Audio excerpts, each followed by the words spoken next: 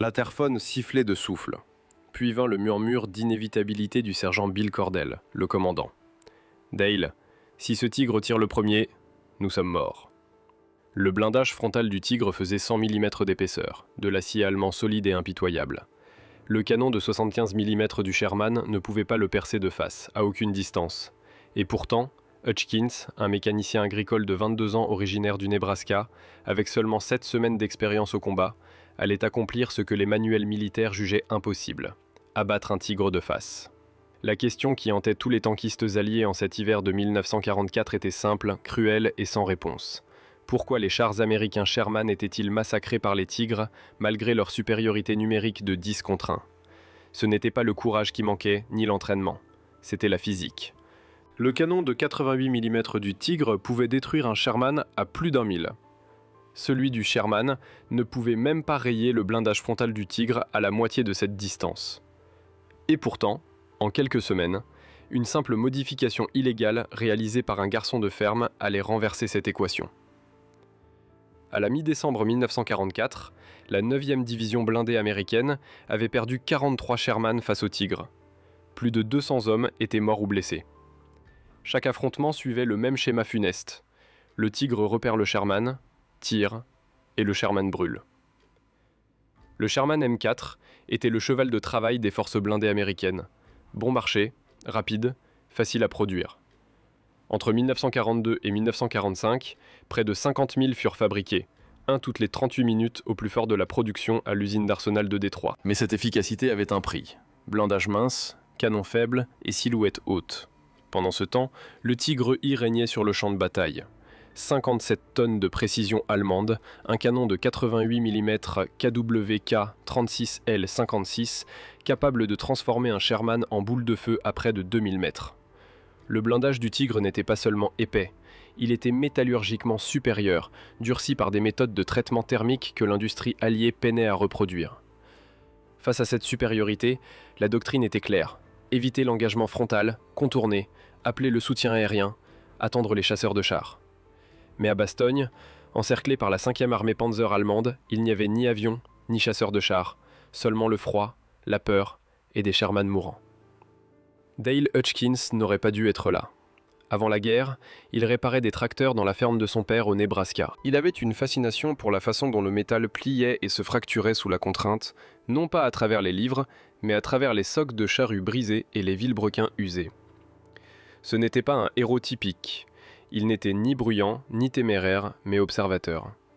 Après avoir vu char après char partir en feu, il commença à réfléchir, non pas comme un soldat, mais comme un mécanicien. Le 16 décembre, alors qu'il effectuait une maintenance sous des températures glaciales, Hutchkins remarqua un schéma. Chaque fois que son tireur manquait un tigre, il ne savait jamais exactement où le tir avait atterri. Le viseur du Sherman manquait de repères de micro-ajustement, chaque tir était une estimation. Il pensa au chalumeau de son père, à la manière dont la chaleur révélait les faiblesses de l'acier. Puis, une idée jaillit. Si l'on pouvait voir exactement où l'obus frappait et ajuster rapidement, on pouvait atteindre plusieurs fois le même point. Stress répété, fracture, pénétration. Cette nuit-là, à la lueur vacillante d'un générateur, Hutchkins récupéra 4 fils de fer d'un caisson d'approvisionnement.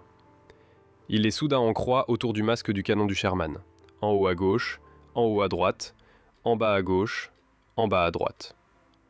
Lors du tir, l'éclair de bouche illuminerait brièvement les fils, créant un cadre lumineux permettant au tireur de suivre les impacts et d'ajuster son tir avec précision, une grille de référence artisanale.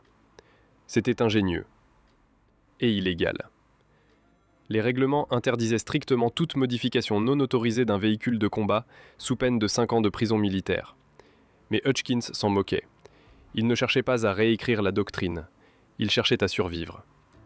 À l'aube, le sergent Cordell et le caporal Samuel Blake, le tireur, découvrirent la modification.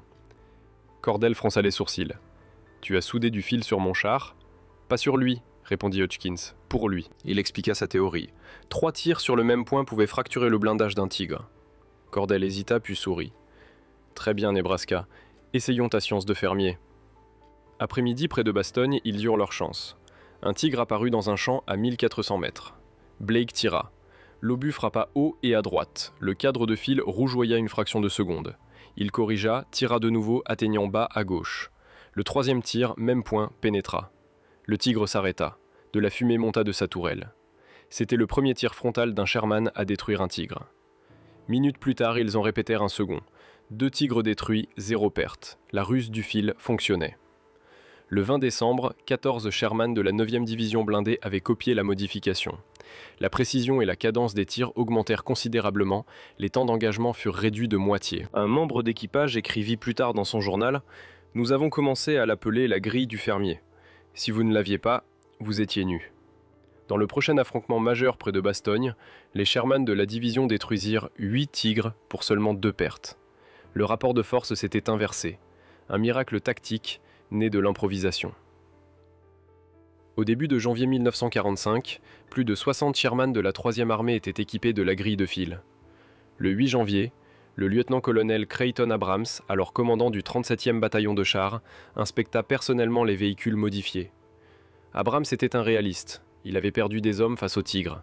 Voyant les résultats, il ordonna la standardisation de la modification dans tout son bataillon et promut Hutchins sur le champ.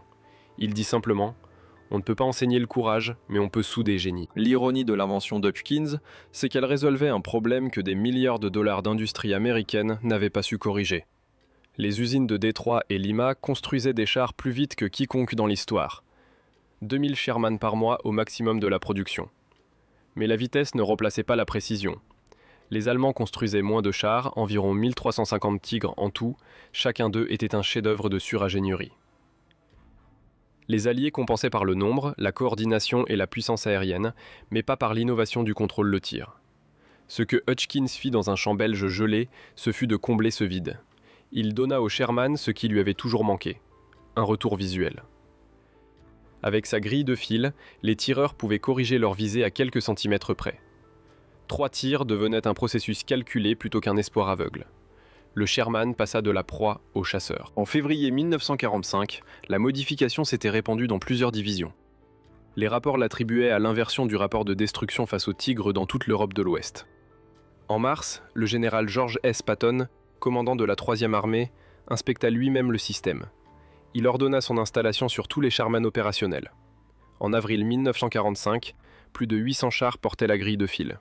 Le département de l'armement américain étudia ensuite le dispositif et valida son efficacité.